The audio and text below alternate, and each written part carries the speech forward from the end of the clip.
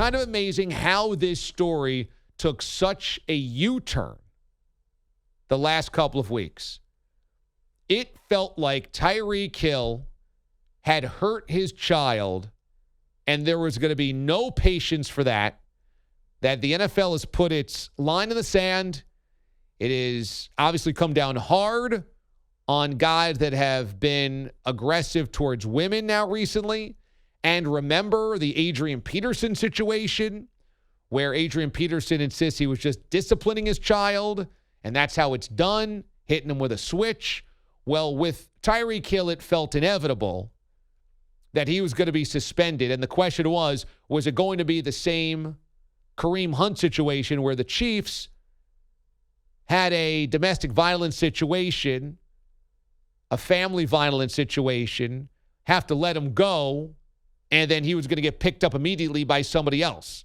You know, we talk about this a lot, that in the NFL or other professional sports, it's like the team that owns the rights to the guy, when he's found guilty or the evidence comes forward that he is guilty of violence, has to release him, but the next team that picks him up doesn't face nearly the same pressure or firestorm.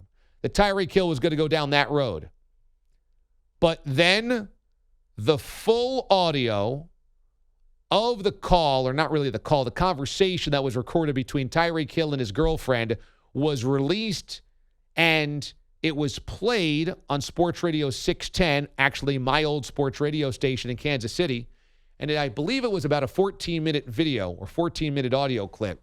And in that, providing a little bit more context, it sounded like Tyreek Hill was pleading his innocence, not knowing he was recorded, and denying the fact that he had ever done anything. And maybe that's what switched the NFL. I'd be fascinated to hear why the NFL decided not to discipline Tyreek Hill.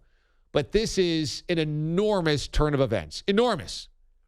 Because Tyreek Hill is one of the biggest game breakers in the NFL, and the Kansas City Chiefs are obviously a Super Bowl contender. And if they did not have Hill, it was going to be an enormous void to try to fill. And it looked like it was inevitable that he was going to be suspended for at least parts of this season, and that the Chiefs were going to have a tough decision whether or not they could even really hold on to him and keep him on the roster. And now if the NFL decides not to, it sounds like they won't. The news is the NFL will not suspend or discipline Tyreek Hill.